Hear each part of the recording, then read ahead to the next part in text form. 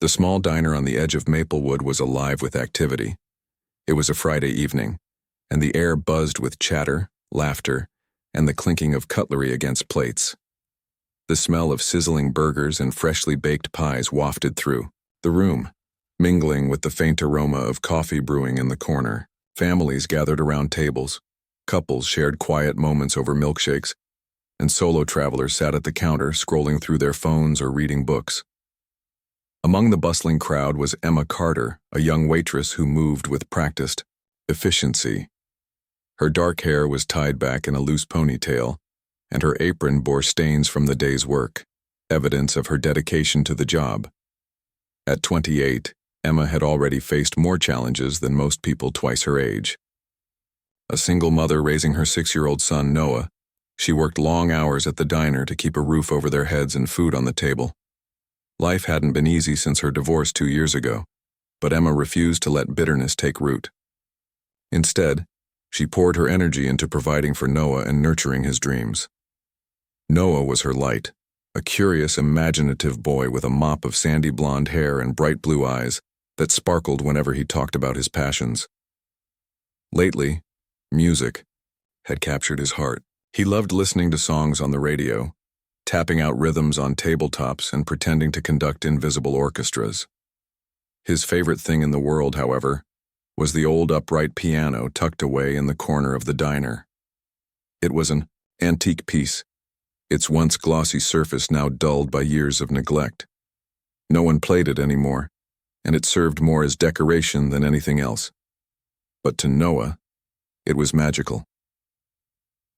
On this particular night, Emma had brought Noah along to the diner because there was no one else to watch him. She couldn't afford a babysitter, and asking neighbors for favors felt like imposing too often.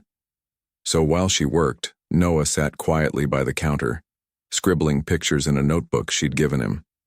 Occasionally, he glanced toward the piano, his fingers twitching as if itching to touch the keys.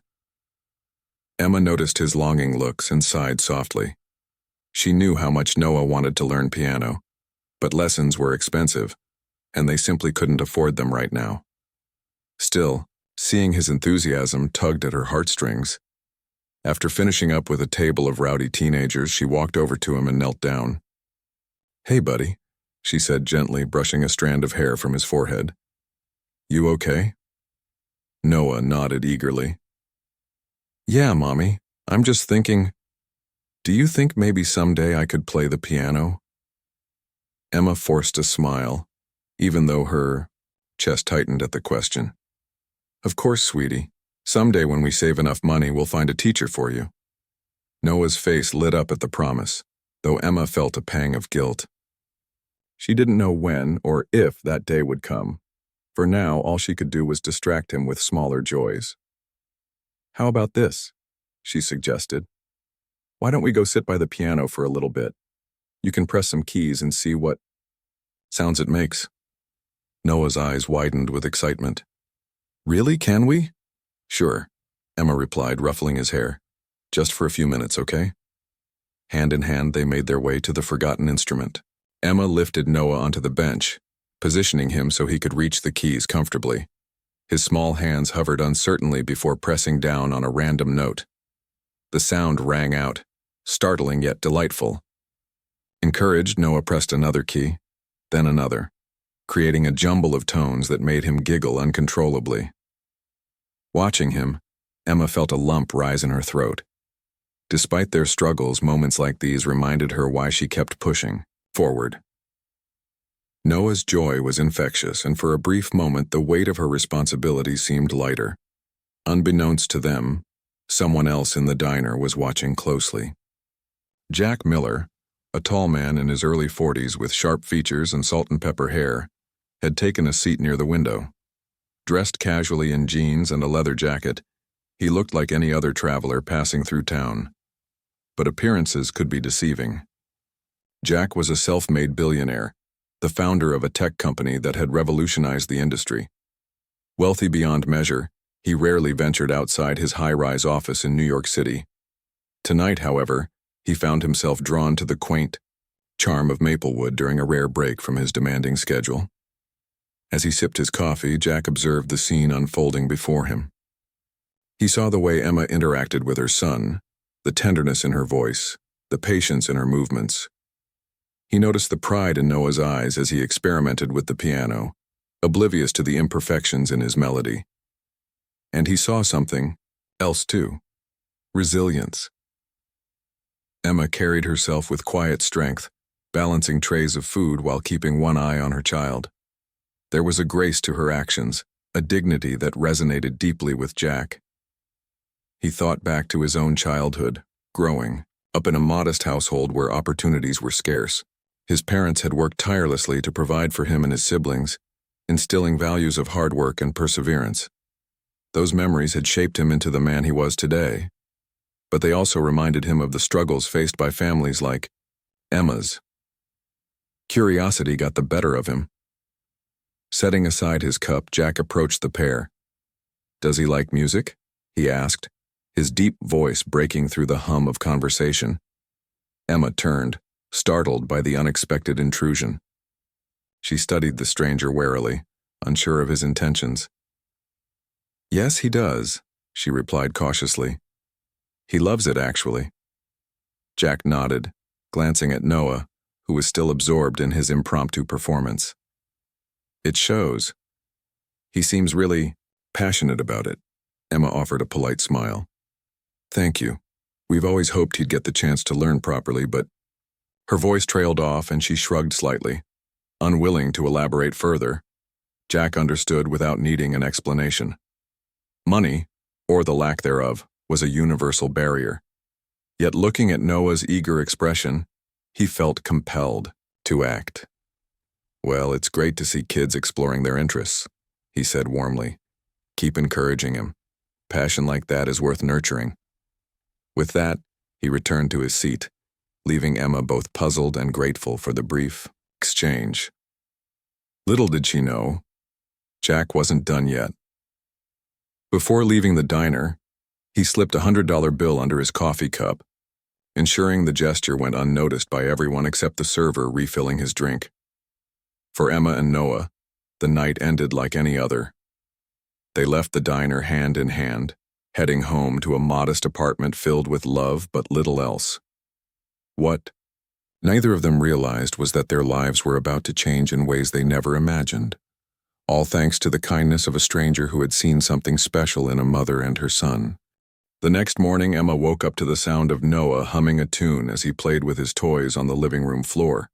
Sunlight streamed through the curtains, casting golden streaks across the small apartment they called home.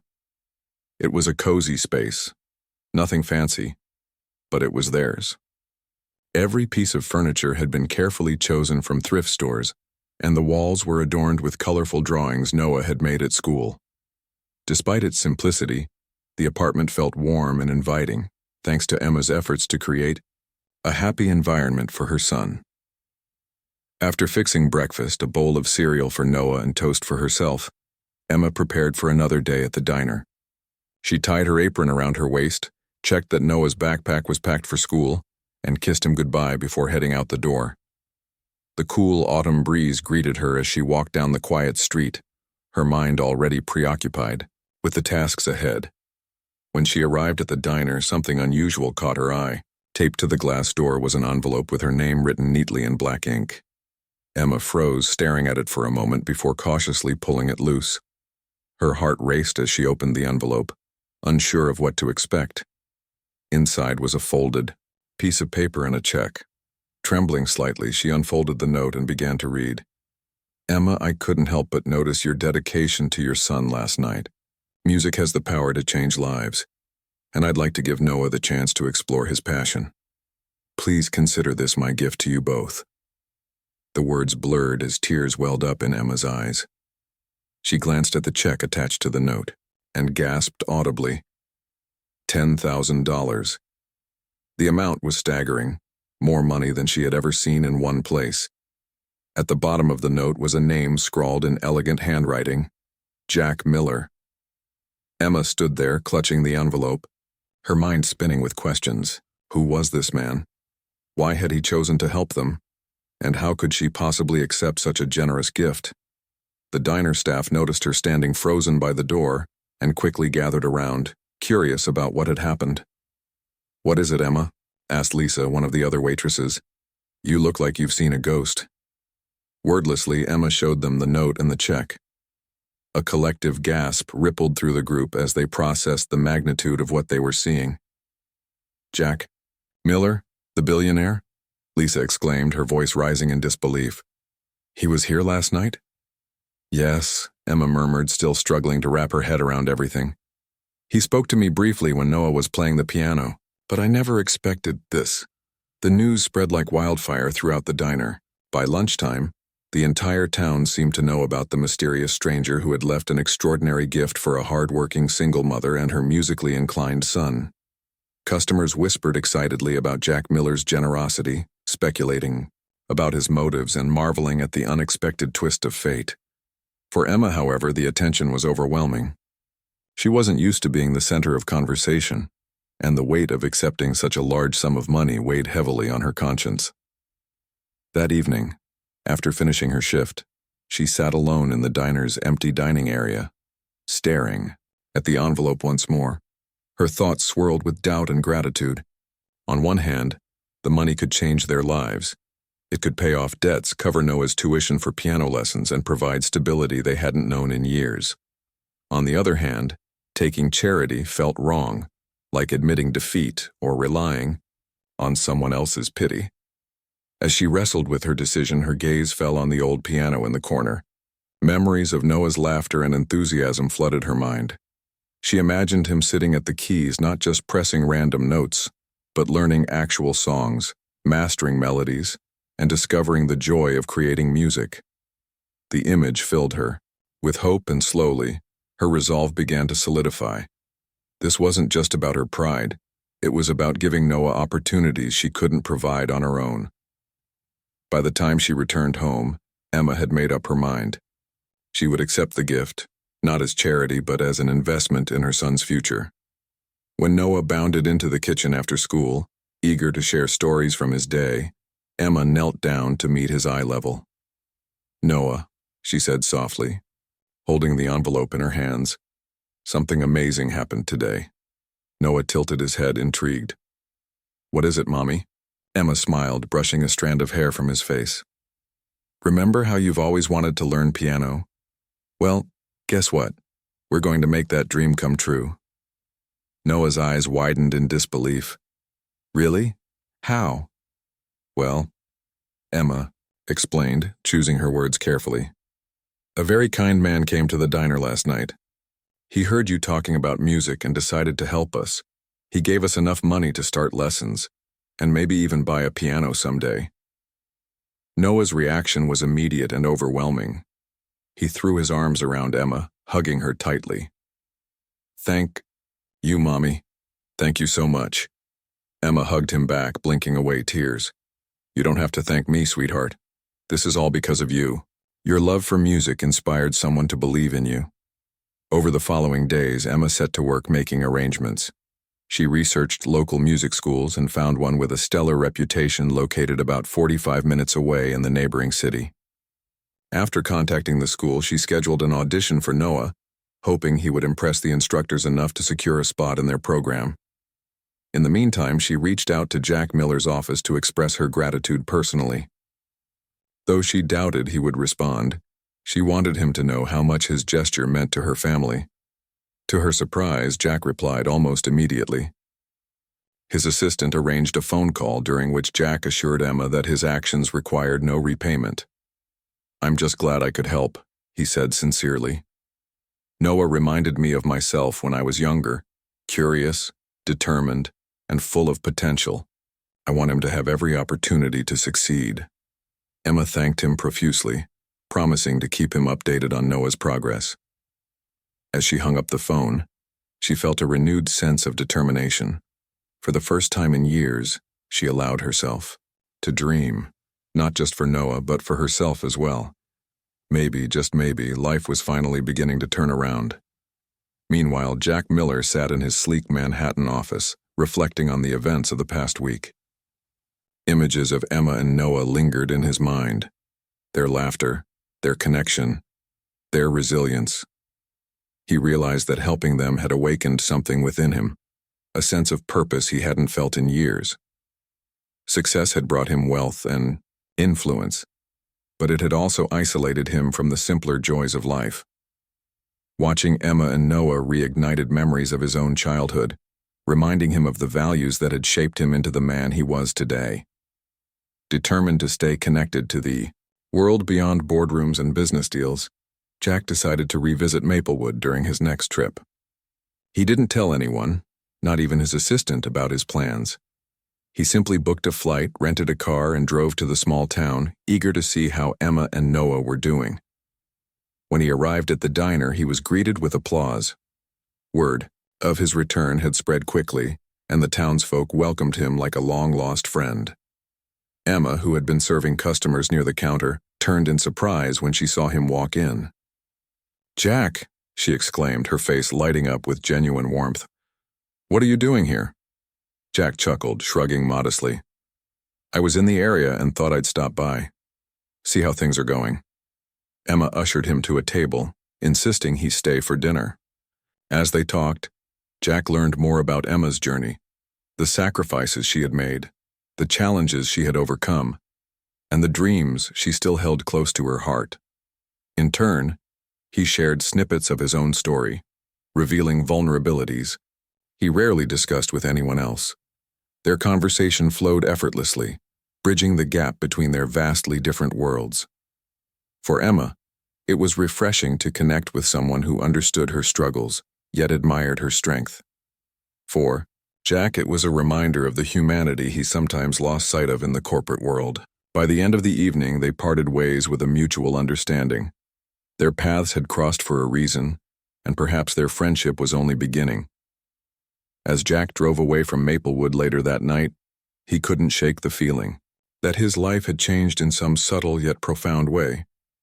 Helping Emma and Noah had been an act of kindness, yes, but it had also planted seeds of inspiration within him, seeds that would continue to grow in the months and years to come. Weeks turned into months, and life for Emma and Noah began to transform in ways neither of them could have imagined. The $10,000 Jack had gifted them became the foundation for a brighter future.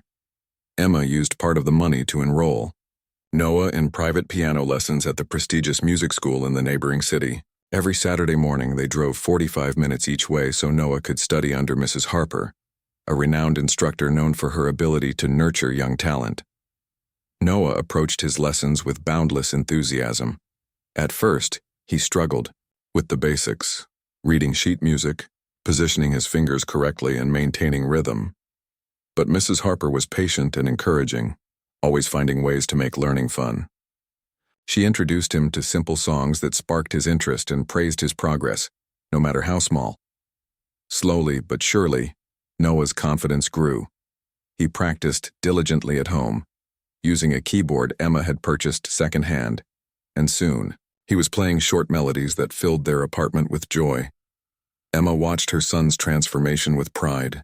The shy, hesitant boy who had once pressed random keys on the diner's old piano was now sitting tall, focused, and determined. His love for music seemed to grow with every passing week, and Emma couldn't help but feel grateful for the opportunity Jack had given them. Still, she wrestled with guilt over accepting such a generous gift. To ease her conscience, she decided to write Jack a letter expressing her gratitude and sharing updates on Noah's progress. Meanwhile, Jack Miller returned to his high-rise office in New York City, resuming his demanding schedule of meetings, calls, and strategic planning sessions. On the surface, he appeared unchanged, a man driven by ambition and success. But beneath the polished exterior, something subtle had shifted. The brief encounter with Emma and Noah had left an impression on him, stirring memories of his own humble beginnings and reigniting a sense of purpose he hadn't felt in years. Jack found himself thinking about Emma often, the way she carried herself with quiet strength despite the challenges she faced, the warmth in her smile, and the devotion she showed to her son. He admired her resilience and wondered how many other families like hers existed, struggling silently without anyone noticing. These thoughts lingered in the back of his mind, shaping decisions he would later make. One afternoon, while reviewing proposals for a new corporate initiative, Jack paused mid-sentence. His assistant, Rachel, looked up from her notes, sensing his distraction. "Is everything okay, Mr. Miller?" she asked cautiously. Jack leaned back in his chair, tapping his pen against the desk. "Rachel," he said thoughtfully, "do you ever think about giving back? Not just donating money, but really making a difference in people's lives?" Rachel blinked, caught off guard by the question. "Of course, sir. Many of us do. Why, do you ask?" "I've been thinking," Jack continued, his voice steady but reflective.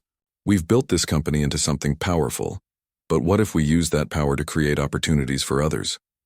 Real opportunities, not handouts." Rachel nodded slowly, intrigued by where the conversation might lead. "That sounds like a meaningful direction, Mr. Miller. Do you have something specific in mind?" Jack didn't answer right away. Instead, he stared out the window, watching the bustling streets below. Images of Emma and Noah flashed through his mind, their laughter, their connection, their dreams. Finally, he spoke. "Let's start small. Maybe focus on communities like Maplewood, places where people are working hard but need a little extra support to reach their potential." Rachel smiled, recognizing the determination in his tone. "I'll get started on some research and bring you options next week." Over the following weeks, Jack dedicated time to exploring ways he could give back. He read reports, consulted experts, and reached out to organizations already doing impactful work in underserved areas. The more he learned, the clearer his vision became. He wanted to establish a scholarship fund, a program designed to provide resources and mentorship to children with artistic talents much like Noah. It wouldn't be tied to his company. Instead, it would operate independently, funded entirely by his personal wealth. As plans for the scholarship took shape, Jack decided to revisit Maplewood during his next business trip. This time, he arrived unannounced, eager to see how Emma and Noah were doing. When he walked into the diner, he was greeted with applause. Word of his earlier generosity had spread far beyond the staff, and the townsfolk treated him like a hero. Though Jack insisted he had done nothing extraordinary, he couldn't deny the warmth of the reception. Emma spotted him immediately and hurried over, her face lighting up with surprise and delight. "Jack," she exclaimed, wiping her hands on her apron. "What brings you here?" "I was in the area and thought I'd stop by," Jack replied with a grin. "How are things going?" "They're going great," Emma said, her eyes shining with gratitude. "Noah is thriving in his lessons. He practices every day, and Mrs. Harper says he has real potential." "That's wonderful to hear," Jack said sincerely. "I'd love to meet her sometime, and maybe hear him play." Emma hesitated, unsure whether to impose on Jack further. But before she could respond, Lisa, one of the waitresses, chimed in. "You should stay for dinner, Mr. Miller. We'd love to have you," Jack chuckled, glancing at Emma. "Well, if you insist." The evening unfolded effortlessly. Jack sat at a table near the window, chatting with Emma and the diner staff, between bites of homemade pie. The conversation ranged from Noah's progress to Jack's journey as an entrepreneur. For the first time in years, Jack felt genuinely connected to people outside his usual circle. Their stories inspired him, reminding him of the humanity he sometimes lost sight of in the corporate world. Later that night, as Jack prepared to leave, Emma pulled him aside. "I can't thank you enough for everything you've done for us," she said softly. "It means more than I can put into words." Jack placed a reassuring hand on her shoulder. "You don't need to thank me, Emma. Seeing Noah's passion reminds me why I started this journey in the first place, and honestly..." He paused, choosing his words carefully. "You've inspired me too. Your strength and dedication, it's incredible." Emma blushed, touched by his sincerity. "If there's ever anything I can do to repay you..." "There is," Jack interrupted gently. "Keep believing in Noah, keep fighting for his dreams, that's all the repayment I need." As Jack drove away from Maplewood, he felt a deep sense of fulfillment. Helping Emma and Noah had been an act of kindness, yes, but it had also planted seeds of inspiration within him, seeds that would continue to grow in the months and years to come. Little did he know, his decision to return to the diner would mark the beginning of a lasting friendship, one that would touch countless lives in ways neither he nor Emma could have anticipated. Back at home, Emma tucked Noah into bed, her heart swelling with hope. Life was still challenging, but for the first time in years she allowed herself to dream, not just for her son, but for herself as well. Maybe, just maybe, the kindness of strangers could change the world, one life at a time. The months passed quickly, and Noah's progress in piano lessons became a source of immense pride for Emma. Each week he returned home with new skills and a growing confidence that shone in his bright blue eyes. Mrs. Harper often praised him for his natural talent and dedication, saying she rarely encountered students as eager to learn as Noah. By the time winter arrived, he was playing simple classical pieces with surprising accuracy, his small fingers moving gracefully over the keys. Emma cherished these moments, watching her son transform from a curious child into a budding musician. The apartment they shared now echoed with melodies, sometimes hesitant, sometimes triumphant, but always filled with emotion. On weekends, when the weather turned cold and gray, they stayed indoors, sipping hot chocolate while Noah practiced his latest piece. It was during one such afternoon that Emma received a letter in the mail. Her heart skipped a beat when she saw the return address, Jack Miller's office. She opened the envelope carefully, her hands trembling slightly. Inside was an invitation printed on elegant stationery. It read, "Dear Emma and Noah, I hope this message finds you well. I've been following Noah's progress with great interest, and I'd be honored if you could join me for a special occasion. Please consider this my way of celebrating his hard work and your unwavering support. Details are enclosed below. Warm regards, Jack Miller." Attached to the invitation was a ticket to a gala event being held in New York City, a fundraiser for arts education programs across the country. Emma stared at the paper, her mind racing. She had never attended anything so formal, let alone in a city like New York. But what truly stunned her was the second part of the invitation. Noah had been asked to perform a short piece at the event. Emma sat down heavily on the couch, overwhelmed by the magnitude of it all. A performance in front of hundreds of people in New York City? It felt surreal, almost too much to process. Yet, deep down, she knew this was an opportunity Noah couldn't pass up. His dream of becoming a musician was taking shape right before their eyes, and Jack was offering them a chance to step onto a bigger stage. That evening, Emma sat Noah down to explain the invitation. "Noah," she began gently, "remember Mr. Miller, the kind man who helped us pay for your piano lessons?" Noah nodded enthusiastically. "Of course, he's really nice." "Well," Emma continued, smiling, "he wants to invite us to a big party in New York City. And guess what? He'd like you to play the piano there." For a moment, Noah looked confused. Then his face lit up with excitement. "Me? Play in New York? Really?" "Yes, really," Emma confirmed, hugging him tightly. "It's a very important event, and Mr. Miller thinks you're ready." Noah bounced up and down, unable to contain his joy. "I'm going to practice extra hard, Mommy. I promise." True to his word, Noah threw himself into preparation. Every day after school he practiced tirelessly, focusing on the piece Mrs. Harper had chosen for the performance, a simplified version of Beethoven's Für Elise. Emma listened intently, offering encouragement whenever he stumbled.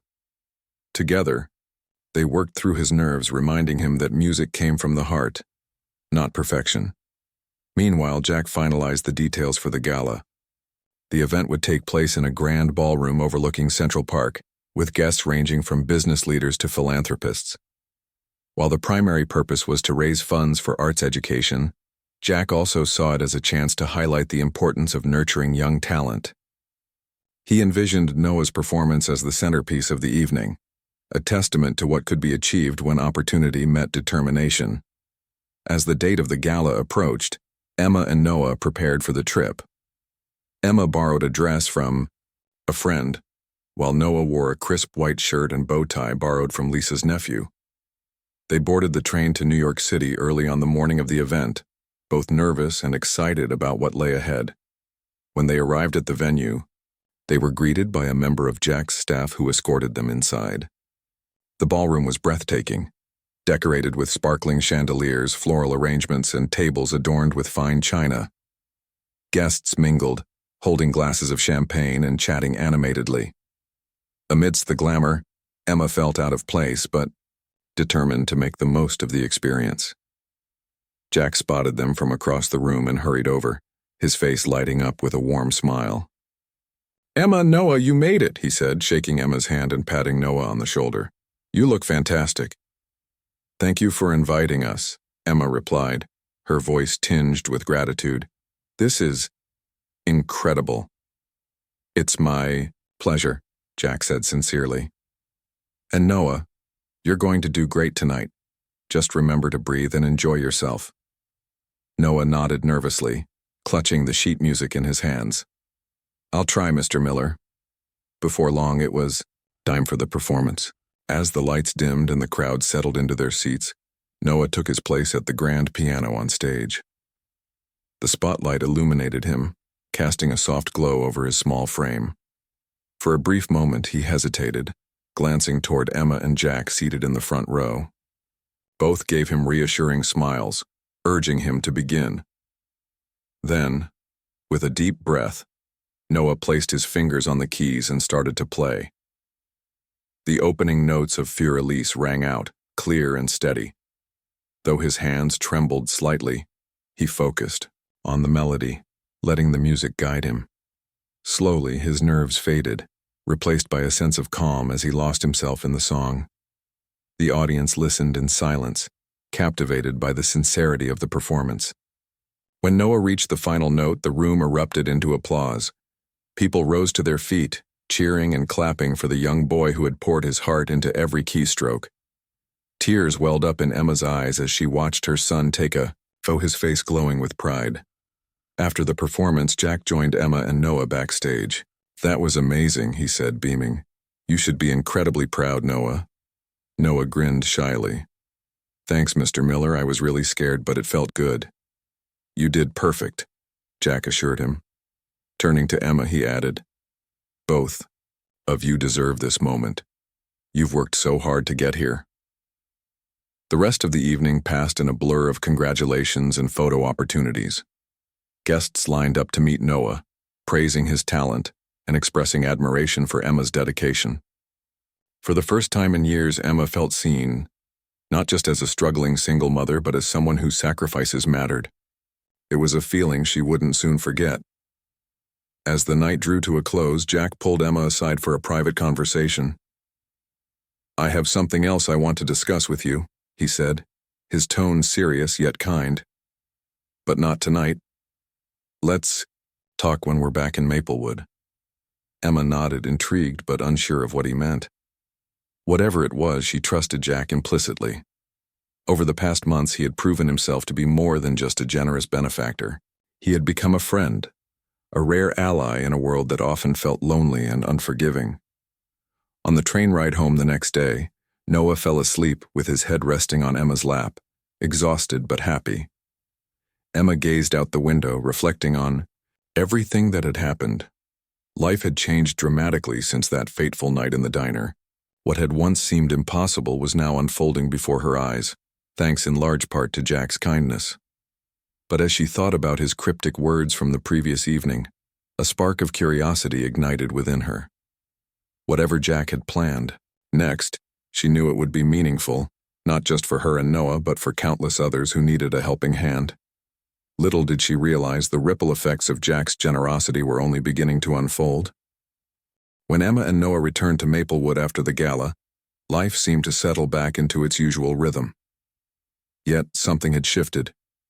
The applause from the ballroom lingered in their minds, a reminder of how far they had come, and how much further they could go. Noah practiced even harder than before, inspired by the encouragement he'd received at the event. Emma, too, felt a renewed sense of purpose. She began dreaming not just of her son's future, but of ways she could help others who faced similar struggles. A few weeks later, Jack returned to Maplewood as promised. This time he arrived unannounced on a crisp Saturday morning, stepping into the diner with a warm smile. The staff greeted him like an old friend, and Emma hurried over, surprised but delighted to see him. "Jack!" she exclaimed. "What brings you here again?" "I told you I wanted to talk," Jack replied, his tone light but serious. "Do you have a moment?" Emma nodded, motioning for Lisa to cover her section while she led Jack to a quiet corner booth. They sat down, and Jack leaned forward, his expression thoughtful. "I've been thinking about what we discussed at the gala," he began. "About giving back, not just to you and Noah, but to the community." Emma tilted her head, intrigued. "What do you mean?" Jack took a deep breath, choosing his words carefully. "I want to set up a scholarship fund, a program specifically for kids in towns like Maplewood. Kids who show promise in the arts but don't have the resources to pursue their dreams. I want to give them opportunities like the one I gave Noah." Emma's eyes widened in surprise. "That's incredible. But why are you telling me this?" "Because I need your help," Jack said simply. "You know what it's like to raise a child on your own. You understand the challenges families face here. I can't do this alone. I need someone who knows. The community.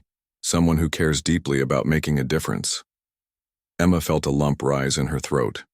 She had never imagined herself in such a role, yet the idea resonated deeply with her. "Are you sure?" she asked hesitantly. "I'm just a waitress. I don't know anything about running a scholarship fund." "You're more than that," Jack countered firmly. "You're a mother who's worked tirelessly to provide for her son. You're a woman who understands resilience and determination. And most importantly, you're someone who inspires others. That's exactly what this project needs." Tears welled up in Emma's eyes, touched by his faith in her. "I don't know what to say."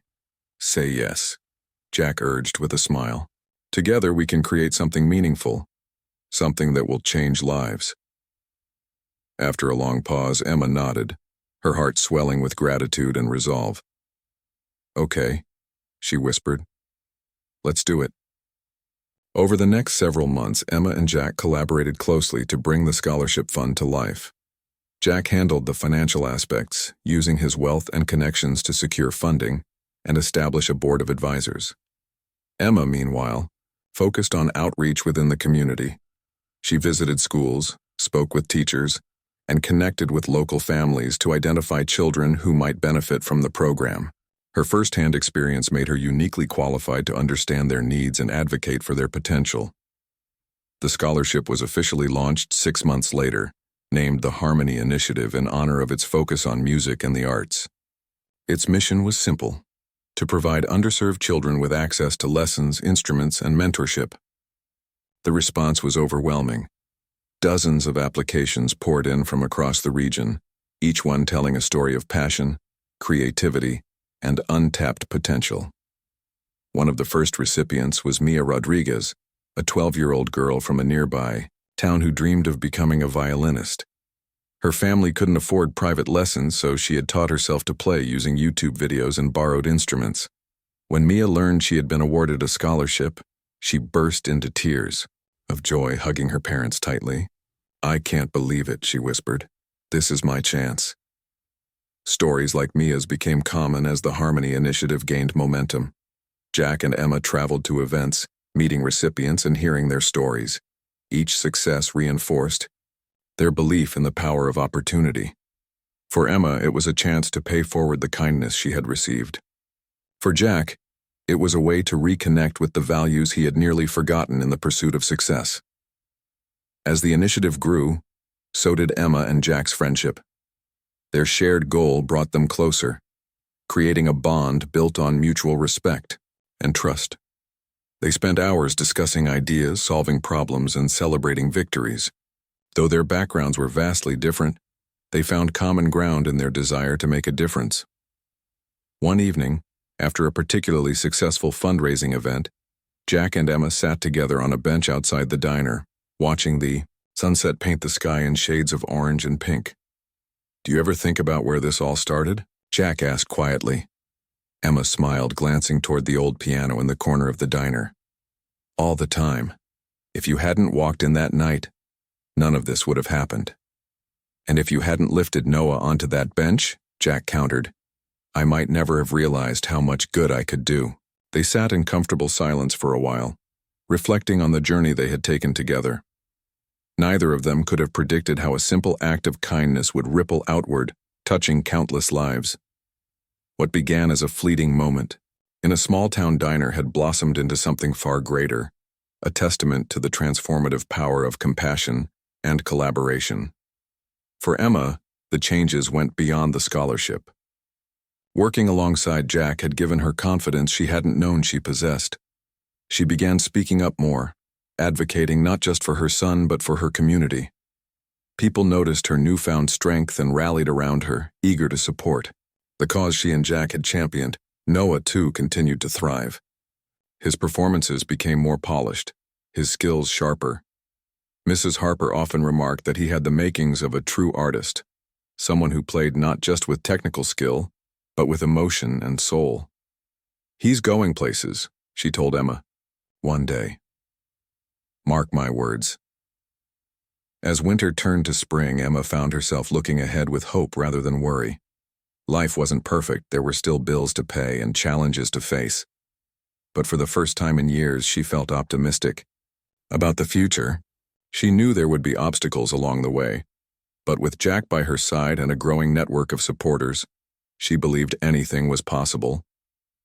Little did she realize, however, that their efforts were about to take another unexpected turn, one that would challenge them in ways they hadn't anticipated. Change rarely came without struggle, and the road ahead would test their resolve. But for now, as the sun dipped below the horizon and the lights of the diner flickered on, Emma and Jack allowed themselves a moment of peace, knowing they had already accomplished something extraordinary. The story of the Harmony Initiative was only beginning, and its impact would continue to grow, reaching farther than either of them could have imagined. As the years passed, the Harmony Initiative grew into something far greater than Emma and Jack had ever envisioned. What began as a small scholarship program in Maplewood expanded to include towns across the state and eventually stretched into neighboring regions. The initiative became a beacon of hope for families who had long felt overlooked by society. Children like Mia Rodriguez flourished under its support, their talents nurtured and celebrated in ways that transformed not only their lives, but also the communities they came from. For Noah, the journey was equally transformative. By the time he reached his teenage years, he had developed into a skilled pianist performing at local events, school concerts, and even regional competitions. His confidence soared with each success, and he often spoke about how grateful he was for the opportunities he had been given.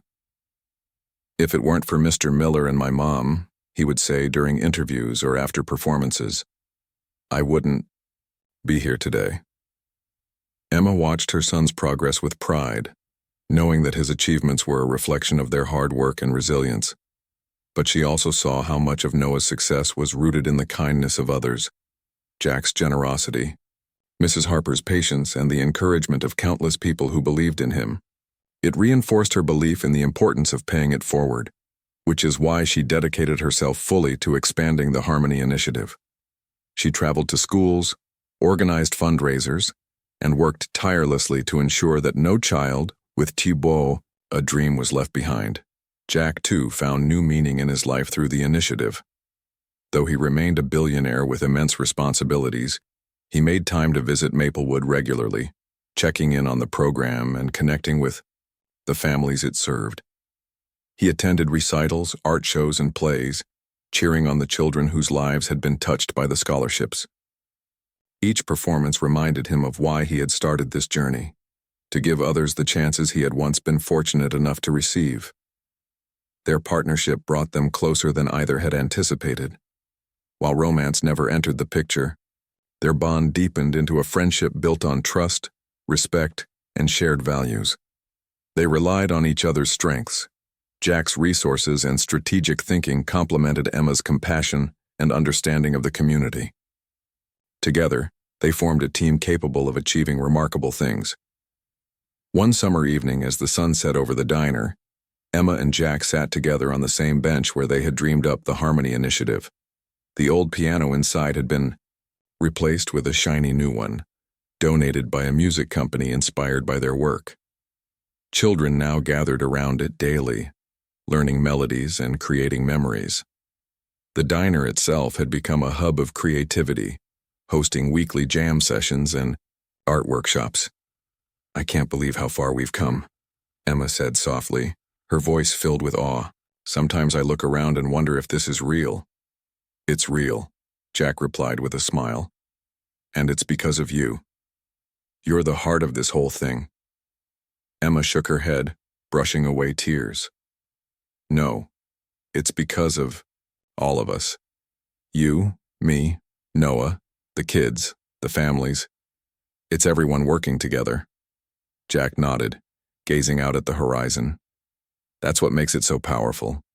When people come together for a common purpose, there's no limit to what they can achieve." Their conversation turned reflective as they thought about the future. Noah was preparing to audition for prestigious music schools, and many of the initiative's earliest recipients were beginning to carve out careers in the arts. Some had even returned to Maplewood to teach younger students, passing on the lessons they had learned. The cycle of giving back had begun, ensuring that the spirit of the Harmony Initiative would endure for generations. But challenges still lay ahead. Funding the program required constant effort, and there were always more applicants than scholarships available. Emma and Jack faced tough decisions, balancing the needs of the community with the realities of limited resources. Yet, they refused to let setbacks deter them. Every obstacle was met with determination and creativity, proving that their commitment to the cause ran deeper than any difficulty. Years later, when Noah graduated from a top conservatory and embarked on a professional career as a musician, he credited his success to two people: his mother, whose sacrifices laid the foundation for his dreams, and Jack Miller, whose belief in him opened doors he never thought possible. In interviews, he often spoke about the importance of kindness and opportunity, urging audiences to support initiatives like the Harmony Initiative. Jack, now older and grayer, continued to visit Maplewood whenever his schedule allowed. He had slowed down professionally, delegating more responsibilities to trusted colleagues so he could focus on projects that truly mattered to him. His presence in the town was cherished, not because of his wealth, but because of the genuine care he showed for its people. Emma, meanwhile, became a respected figure in her own right. Her tireless advocacy earned her recognition beyond Maplewood, and she was invited to speak at conferences and events about the power of grassroots movements. Yet, despite her growing influence, she remained grounded, always prioritizing the needs of her community over personal accolades. On a crisp autumn afternoon, decades after their paths first crossed, Emma and Jack stood side by side at the grand opening of a new community center named in honor of the Harmony Initiative. The building housed classrooms, practice rooms, and a state-of-the-art performance hall, all funded by donations inspired by their work. As they cut the ribbon together, surrounded by smiling faces young and old, they exchanged a glance that spoke volumes. This moment wasn't just about what they had accomplished. It was about the legacy they had created, a legacy of hope, generosity, and the belief that every child deserved a chance to shine. The ripple effects of their efforts would continue to spread, touching lives in ways neither of them could fully comprehend. As the crowd cheered and applause filled the air, Emma leaned over to Jack and whispered, "We did it." Jack smiled, his eyes twinkling with emotion. "No, Emma, you did it, all of you." And in that moment, surrounded by music, laughter, and the promise of brighter futures, they knew their work was far from over. But they also knew they had already changed the world, one note, one dream, one life at a time.